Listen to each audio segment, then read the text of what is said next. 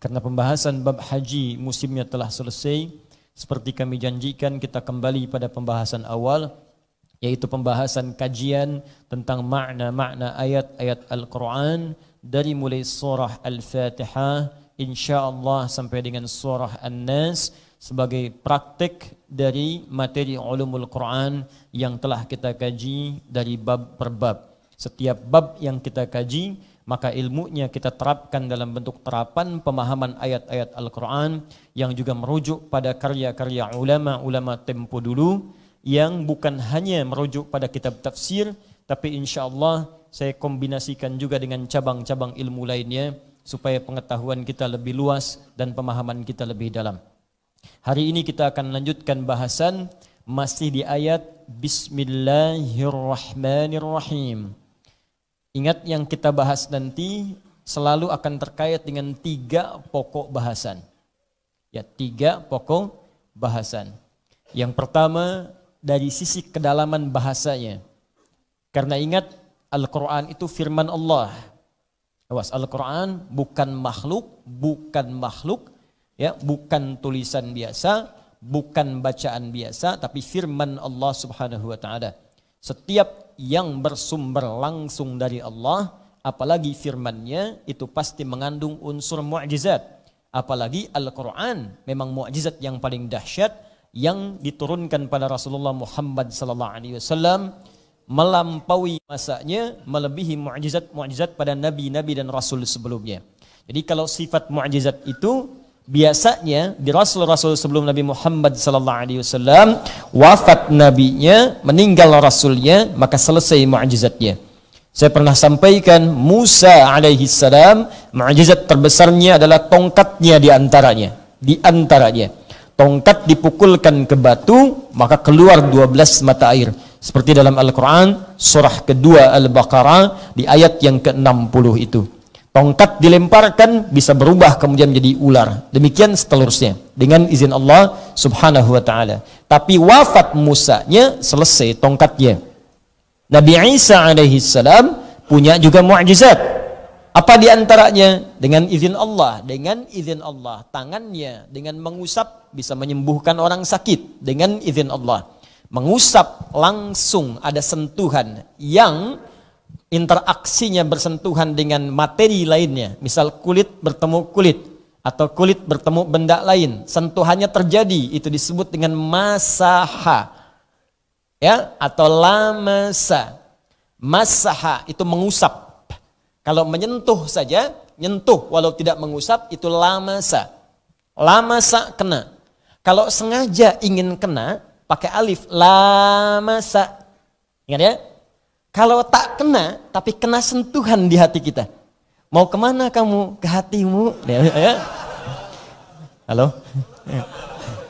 Disentuh sih enggak, tapi kalimat itu menghunjam ke dalam jiwa. Sehingga orang berkata, sentuhlah ia tepat di hatimu, maka ia akan jadi milikmu untuk selamanya. Maka itu disebut dengan massa namanya. Nah, ini saya ajarkan dulu ya. Nanti di bahasa Arab kita akan temukan kalimat itu, tapi di Al-Quran diksinya sangat luar biasa tepat. Nanti Anda akan temukan kalimat massa, ayat riba itu massa nanti. Ya, massa. Tapi ayat tentang wudu dan tayamum pakai lamasa, pakai alif. Tapi ketika ketemu dengan mukjizat Nabi Isa, masaha, sampai disebut dengan masih, itu beda. Ya, kalau masaha artinya mengusap, usap, ya terkena usapan. Misal kita saat wudu itu mengusap bagian kepala, bukan rambut, ingat. Ya, bukan rambut tapi kepala. Ya, kalau kepala bahasa Arabnya ra'sun, jamaknya disebut dengan ru'us. Ya, ru'us. Saat kita berwudu, kita mengusap bagian kepala. Maka turun Quran surah ke-5 Al-Maidah ayat yang ke-6. Paling kiri sebelah atas di mushaf. Ya. Ya ayyuhalladzina amanu idza kuntum ilas salat faghsilu wujuhakum wa aydiyakum ilal marafiq wamsahu biru'usikum. Nanti setelah Anda, kata Allah, orang-orang beriman ingin menyempurnakan salat, maka mulai dengan menyempurnakan wudu dulu. Yang 4 itu pokok. Jadi pokok wudu ada 4. Jangan langsung tayamum. Kalau nanti airnya cukup digunakan untuk yang 4 ini, maka dahulukan yang 4 ini setelah berniat. Apa yang 4 itu? Pertama, basuh wajah. Membasuh bahasa Arabnya gosala. Nah, perhatikan bagaimana tepatnya bahasa Al-Quran. Kalau bukan firman Allah, mustahil begini. Ghasala itu ambil airnya, tumpahkan di tempat yang akan dibasuh. Diambil air, kalau keran, ya tadahkan seperti ini, ambil airnya, tumpahkan di wajah.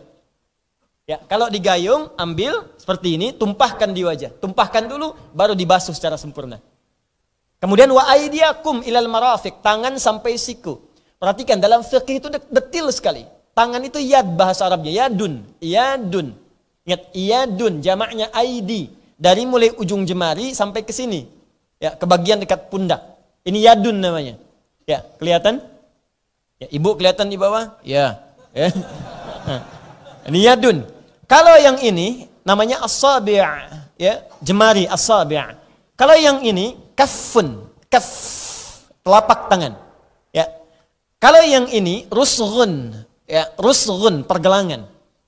Kalau yang ini sa'id namanya, siku, sampai dari mulai ini pergelangan sampai menuju ke siku, sa'id namanya.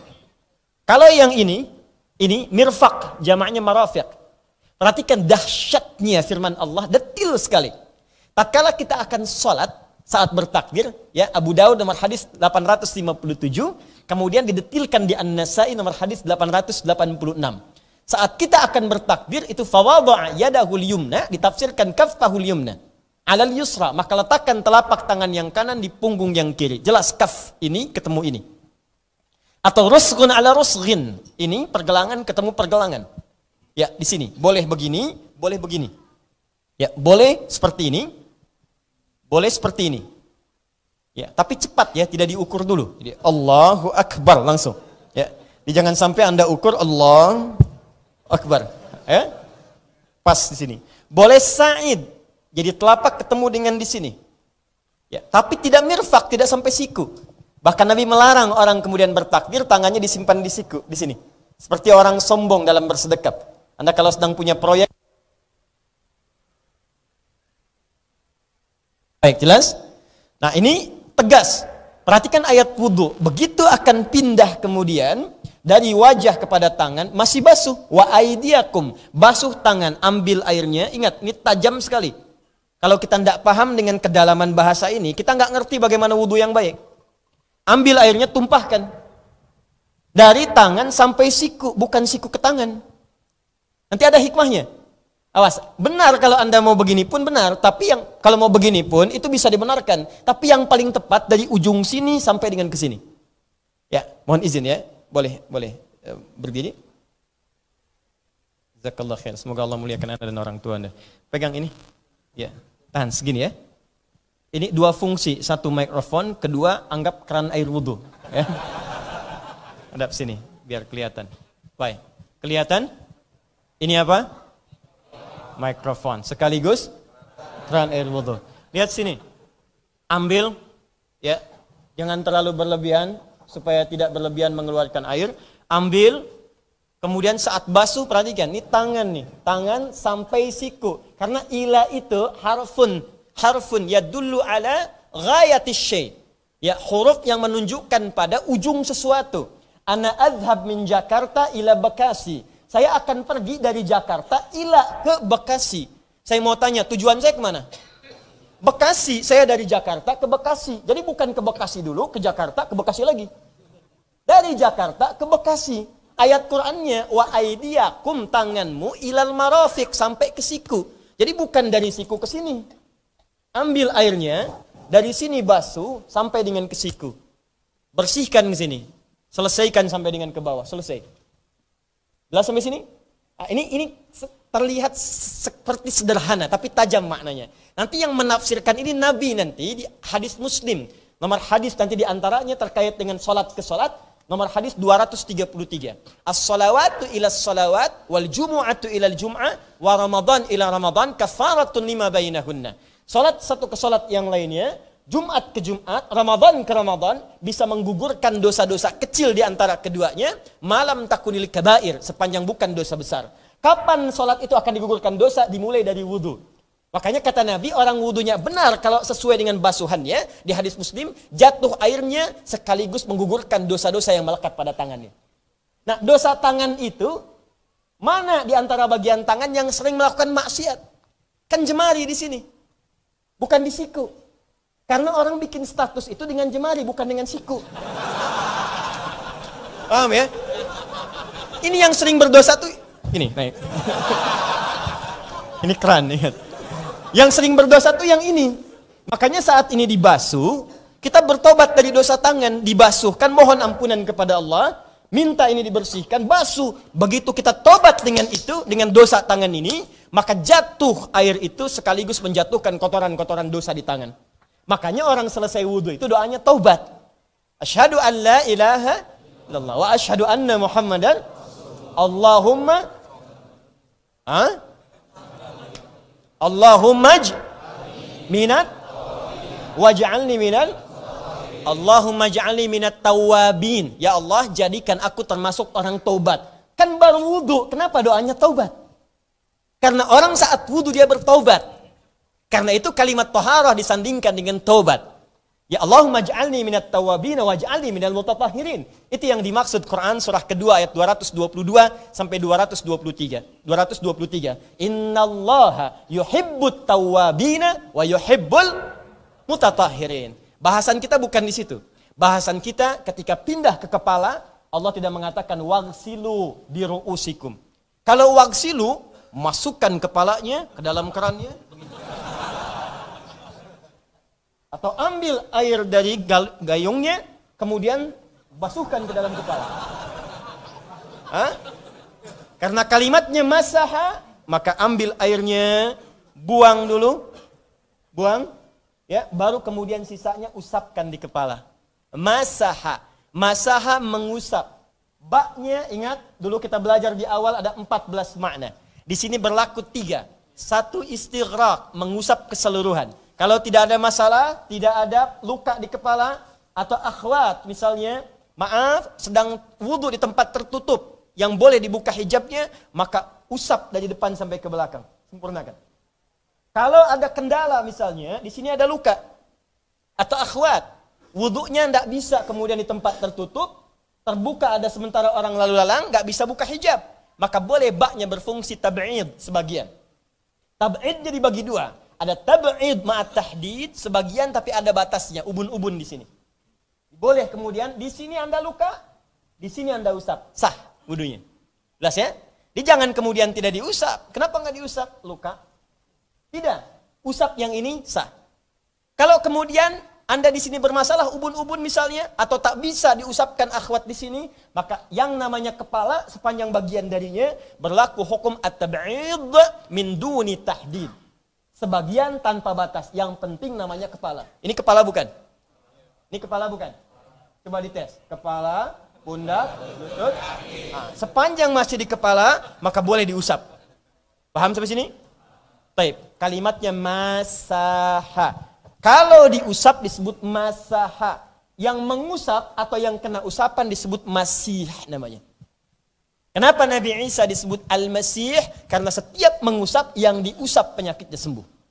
Sakit kepala, usap. Nggak sembuh, karena di hidayat yang usap. Tapi kalau Nabi Isa alaihissalam, usap, sembuh. Maka disebutlah beliau Al-Masih. Jelas ya? Jelas? Paham sampai sini? Nah, itu masaha namanya. Tapi kalau menyentuh, tidak berniat usap, cuma terjadi sentuhan. Ya, dalam tawaf misalnya, ya, mohon maaf, subhanallah, walhamdulillah, wala ilaha illallah, wallahu akbar, kena sentuhan. Ya, nah itu namanya lamasa. Jelas ya? Lamasa. Lam, mim, sin. Lamasa. Lamasa. Kalau sengaja pengen nyentuh, subhanallah, target putaran ketiga. Alhamdulillah, wala ilaha illallah, wallahu akbar. Misalnya, sengaja, awas hati-hati, itu lamasa. Lamasa. Nah ini, Masya Allah. Indah. Makanya di surat Al-Maidah, orang kalau sudah berwudu, misal tak sengaja sentuhan. Misal ada ikhwan akhwat tak sengaja itu, tak sengaja. Atau suami istri tak sengaja kena, itu tidak membatalkan. Kalau nggak diniatkan. Tapi kalau sengaja, lah masa memang pengen nyentuh, batal. Makanya ayatnya mengatakan aula mastumun nisa. Teruskan di ayat itu. Aula mastumun nisa, la masa, bukan la masa. Jelas ya? Nah, ingat, itu bahasa Quran. Nanti ada lagi massa namanya. Massa, sentuhan yang tidak dilakukan dengan anggota tubuh, tapi terjadi kemudian reaksi ke dalam hati. Bisa dengan gambar, bisa dengan kata-kata, dan semacamnya. Itu massa namanya. Ya. Alladzina ya'kuluna riba la yaqumuna illa kama yatakhabbatuhumus syaitanu minal massi. Bukan lamasa, bukan minal lamsi, tapi massi. Ya, orang-orang yang makan riba itu hati-hati, mereka tidak memakan sesuatu kecuali nanti maaf dalam dirinya akan ada sentuhan-sentuhan setan. Memang setannya nggak kerasa nyentuh, tapi nanti dalam jiwa itu digerakkan oleh setan. Makanya orang yang cenderung riba itu cenderung nanti terdorong berbuat maksiat terusan. Karena yang masuk haram, kalau orang sudah sumbernya haram, maka tindakannya nanti terdorong mudah untuk mengerjakan yang haram. Mulutnya mudah bicara yang haram. Ya, pandangannya mudah menerima yang haram. Jadi kalau melihat yang haram itu cepat. Mendengar yang haram cepat. Bicara pada yang haram cepat. Kenapa? Karena ada gerakan-gerakan setan yang masuk ke dalam dirinya. Menggunakan massa, bukan lamasa. Kalau kalimat Qur'annya menggunakan lamsi, lamasa, maka setannya nampak langsung ngajak. Yuk. Paham ya? Nah, ini kalimat-kalimat ini yang nanti kita akan bahas dari segi kebahasaan. Jadi nanti gambaran pembahasan kita akan membahas kemu'jizatan Al-Quran dari sudut pandang bahasanya. Satu itu. Yang kedua, kita akan bahas dari sudut pandang tafsirnya. Baik terkait dengan tafsir pendekatan hukum ahkam. Kalau ada kandungan hukumnya, kita bahas hukumnya. Nanti saya tunjukkan referensi kitab para ulama yang telah kemudian menjabarkannya. Contoh, nanti kalau selesai bacaan Bismillahirrahmanirrahim dari semua unsur huruf bahasanya. Ba-nya apa? Ismunnya apa? Allahnya apa? Ar-Rahmannya apa? Ar-Rahimnya apa? Apakah ada di situ nilai-nilai hukum fikihnya atau tidak? Maka nanti saya tunjukkan ada hukum fikihnya. Bagaimana menerapkannya? Kapan baca bismillah dalam sholat? Apakah jahar? Apakah sir, silent, keras? Ataukah sir, silent? Atau tidak dibaca? Atau kapan dibaca keras? Kapan tidak dibaca sama sekali? Di antara kitabnya nanti kita akan tunjukkan. Saya bawa malam ini. Satu. Kemudian yang terakhir, yang ketiga, hikmahnya. Ada tidak hikmah yang melekat kemudian pada ayat-ayat itu? Dia memang tidak terkait dengan hukum fikih, tapi ada hikmah yang dalam yang bisa kita kaji. Contoh, kenapa Fir'aun tidak disebut namanya langsung dalam Al-Quran? Sementara Maryam disebutkan Maryam plus kemudian dengan binti Imran ya. Wa Maryam ibnata Imran. Maryam anak perempuannya Imran. Isa ibn Maryam. Isa anak laki-lakinya Maryam. Tapi Fir'aun tidak. Tidak disebutkan kemudian nama aslinya, bahkan tidak pula disebutkan bin dan binti dan seterusnya. Ya, kenal Abu Lahab? Tidak, kenal di mana? Tidak. Siapa nama asli Abu Lahab? Kenapa cuma disebutkan Abu Lahabnya, nama aslinya tidak? Apa hikmah di situ? Itu yang nanti kita akan gali. Kalau ada nama orang disebutkan namanya, maka apa hikmah yang didapatkan di balik itu? Tapi kalau ada orang cuma disebutkan inisialnya, maka apa kaidah yang berlaku di dalamnya? Itu yang coba kita uraikan kemudian. Nah, di pertemuan yang lalu kita telah membahas secara garis besar kalimat Bismillahirrahmanirrahim. Tersisa satu kalimat lagi, yaitu lafzul jalalah Allah. Saya tuliskan terlebih dahulu lafaz ayatnya, kemudian apa yang telah kita bahas dan apa yang akan kita bahas pada pertemuan di malam hari ini. Baik. Ini saya sedikit memberikan gambaran dulu, dan ini baru muqaddimah. Kita baru akan mulai insyaallah. Supaya kita paham apa yang akan kita uraikan. Bismillah. Bismillahirrahmanirrahim.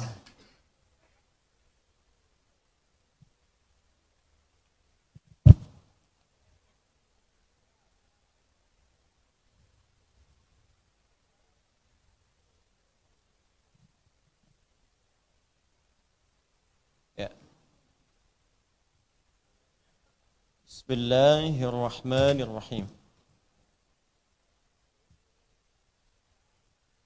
Baik.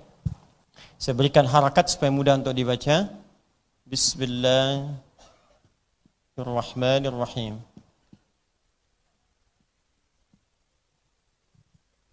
Perhatikan baik-baik, karena pendekatan secara kebahasaan ini jarang didapati referensi dalam bentuk bahasa Indonesia. Kalau dalam bahasa Arab, apalagi Anda yang kuliahnya di jurusan bahasa Arab, kemudian itu Anda praktekkan dalam Al-Quran, maka insya Allah itu referensinya melimpah. Nanti malam ini saya berikan contoh misal yang agak tinggi bukunya. Ini ada kitab At-Ta'rifat karya Al-Jurjani. Nanti saya bacakan kaitan dengan bahasan kita. Ya, ini contohnya nanti pembahasan makna-makna ayat Al-Quran dengan kedalaman-kedalaman bahasa yang merangkai kata-kata atau kalimatnya. Ada lagi nanti Mu'jam Ajaibul Lughah, ya, kumpulan ya makna-makna bahasa yang mengagumkan. Anda akan temukan bagaimana kemudian para ulama menjabarkan kekaguman mereka akan bahasa-bahasa Al-Quran, bahkan setiap hurufnya itu punya makna. Ya. Yuk kita turunkan Bismillahirrahmanirrahim. Yang sudah kita bahas, ini ba, 1. Kemudian ismun, 2. Yang belum mendapati penjabaran ini bisa melihat di tayangan sebelumnya, ya teman-teman sekalian, untuk mendapatkan ketersambungan dengan bahasan kita saat ini. Ini yang belum kita bahas, 3. Ini belum. Ini sudah, 4. Kemudian yang kelima, ini pun sudah. Saya akan bacakan dengan cepat pembahasan 1, 2, 4 sampai 5. Dan kenapa nanti kita akhirkan bahasan yang ketiga? Supaya kita dapati penjabaran maknanya. Ba. Telah kita sampaikan di pertemuan lalu, ba itu punya 14 makna. Di antaranya adalah istighraq, musahabah, ilsaq, ada ghayah. Ya, maaf, istighraq artinya sesuatu yang menunjukkan makna komprehensif, sesuatu yang luas, semua, segala, seluruh. Ilsaq menunjuk pada sesuatu yang lekat, nempel. Karena itu lem dalam bahasa Arab disebut dengan lisaq. Nempel, dekat, sedekat-dekatnya, sulit dipisahkan. Lekat. Ghayah menunjuk pada sebuah tujuan untuk mengerjakan sesuatu. Ghayah, tujuan. Musahabah, bukan sekedar lekat. Ada lekat tapi tidak mengikuti. Ya, mohon maaf. Buku ini lekat dengan meja, tapi kadang-kadang bukunya diambil, kemudian mejanya tinggal sendiri. Selesai taklim, buku diambil, maka di atas meja tidak ada buku lagi. Kalau Anda ingin katakan setiap mejanya jalan, bukunya ikut. Meja ditarik, buku ikut. Meja didorong, buku ikut. Tarik, ikut. Dorong, ikut. Tarik, dorong. Tarik, dorong. Ikut. Ya? Maka ini disebut dengan musahabah. Nempel terus. Musahabah. Sahibun ashabun ulaika ashabul jannah. Maka mereka orang-orang yang akan terus nempel dengan surga, gak akan pisah. Kemanapun jalan suasana surga dapat. Yang celaka ulaika ashabun nar, mereka itu akan nempel dengan neraka. Kemanapun jalan siksa neraka tetap mengikuti. Itu yang bahaya. Ya, sahib musahabah, sesuatu yang terus menyertai, ikut menyertai.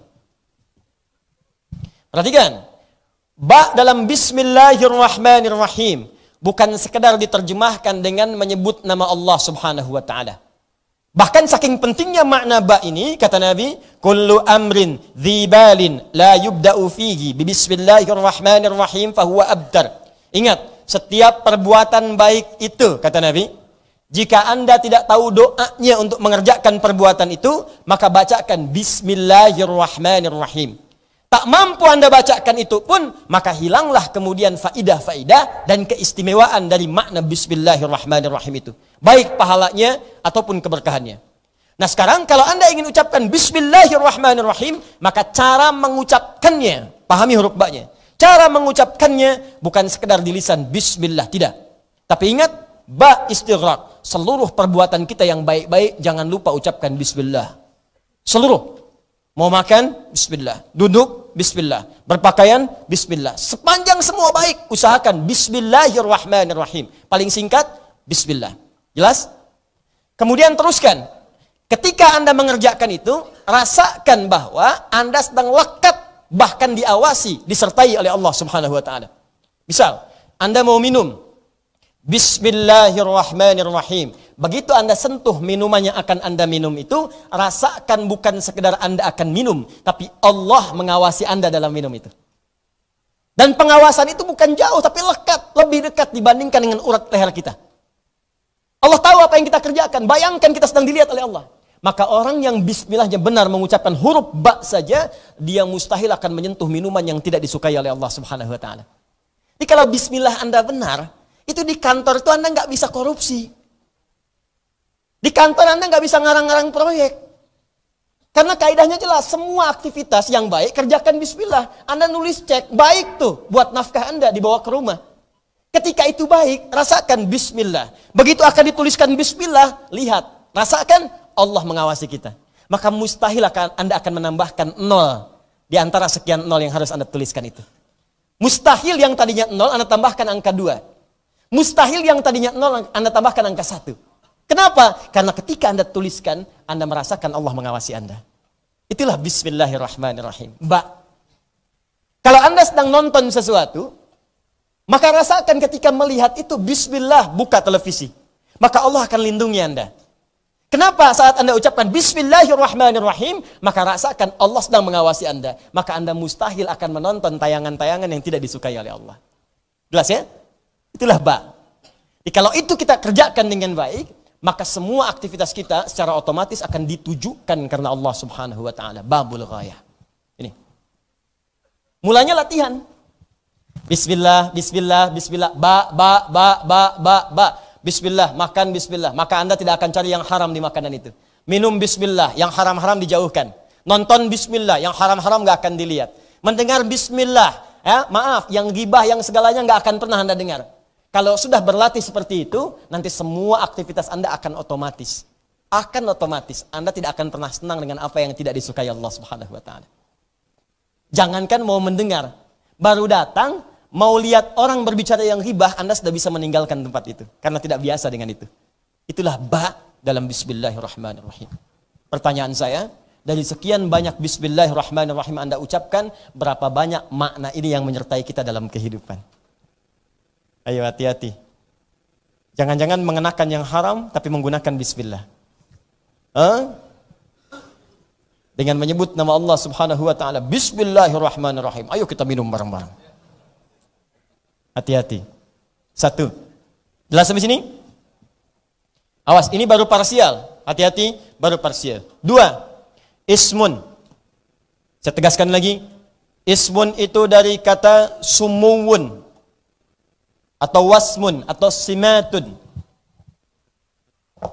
Dulu belum saya bacakan referensinya, sekarang saya coba bukakan kepada antum semua. Kitab Mu'jam Ajaibul Lughah, kumpulan keistimewaan-keistimewaan dalam bahasa Arab. Karya Syekh Syauqi Hamadah. Baik, di halaman 37, bagian pertama paling kiri sebelah atas, di bab atau pembahasan yang ke-7.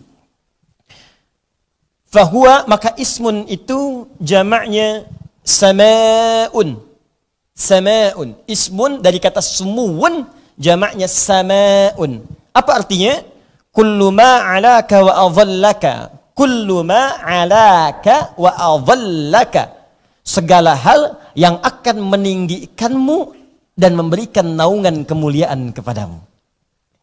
Segala hal yang akan meninggikanmu dan memberikan naungan kemuliaan kepadamu. Ini penting kita pelajari untuk paham kenapa kalimat ismun nanti dilekatkan dengan kata Allah.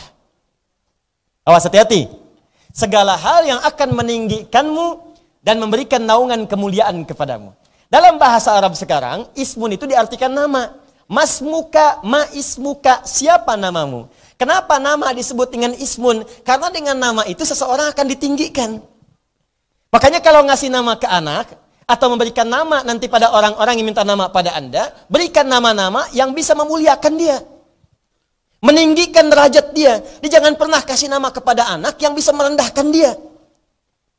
Ya, dalam konteks sejarah nanti, teman-teman akan temukan Nabi pernah mengganti nama beberapa sahabat. Yang dengan nama-nama itu dia bisa rendah.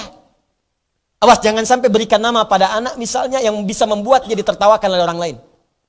Hati-hati ya, mohon maaf. Anda senang dengan tokoh-tokoh lawakan. Ketika pelawak itu sudah tidak ada, untuk mengenang dia, karena Anda ingat terus, anak Anda diberi nama dengan pelawak itu. Begitu temannya tahu, dia akan jadi bahan tertawaan. Jelas ya? Atau yang kedua, memberikan nama-nama sifat misalnya, yang terlampau berlebihan. Sehingga dengan itu memberikan beban yang berlebihan kepadanya. Ya, si cantik jelita. Misal, ya, begitu terlahir misalnya, ada sesuatu yang tidak tepat. Saya pengen beri nama cantik jelita. Begitu lahir laki-laki, misalkan, bisa. Ya, atau nama-nama tertentu. Saya beri nama anak saya ini, saya ingat dengan teman saya si Keriting. Maka saya beri nama saya Keriting, ingatkanku pada temanku. Ya, misal. Maka yang seperti itu, coba Anda tinggalkan pelan-pelan. Termasuk nama-nama setan yang 9 itu. Hati-hati. Ya, ada Dasim, ada Khinzib misalnya. Ya, dan nama-nama yang lainnya. Paham sampai sini? Ingat pesannya, begitu Anda ingin berikan nama, maka cari nama-nama yang bisa memuliakan Anda, plus meninggikan derajat Anda di sisi Allah Subhanahu wa taala. Cari nama yang bagus ya. Yang disukai itu ada 2 sifatnya. Satu, yang menunjukkan penghambaan kepada Allah. Misal Abdullah, Abdurrahman. Itu nama sangat disukai oleh Allah dan Rasulnya. Yang kedua, tafaul, mengikuti nama-nama para nabi, rasul atau orang-orang baik. Misal Muhammad, Ahmad. Karena itu di Arab sering Anda temukan nama Ahmad, Muhammad, Hamid, Hamuda, Mahmud. Ada ya? Ahmad, ya Ahmad, panggil. Anda ke Mekah, umrah, panggil. Ya Muhammad, ngelirik semua. Ahmad, Mahmud, Hamuda, ya Mahmud, datang, lirik semua. Karena semua nama itu terambil dari kemuliaan sifat Muhammad sallallahu alaihi wasallam. Ya. Nama orang-orang soleh, nabi sebelumnya boleh. Yusuf misalnya. Ya, Ibrahim, boleh, silahkan. Makanya orang barat pun mengambil itu. Ibrahim, Abraham. Mikail, Michael. Daud, David. Ya, ada. Ya, mereka ambil itu. David Beckham. Ya, Masya Allah, ada. Ya, Ibrahim Mofik, dari kata Ibrahim. Ya, Zlatan Ibrahim Mofik, ada. Ada. Michael ada, Michael Owen dulu, striker Liverpool, ada. Ya, ya ada. Mereka ngambil dari situ. Sah, itu tafaul namanya. Atau orang-orang soleh, silahkan. Anda ingin ambil misalnya nama anak Anda, misalnya Umar, boleh. Abu Bakar, boleh. Osman, Ali, boleh. Ya, nama anaknya siapa? Ali, bapaknya Asep, Ali bin Asep. Ya, sah. Jelas ya?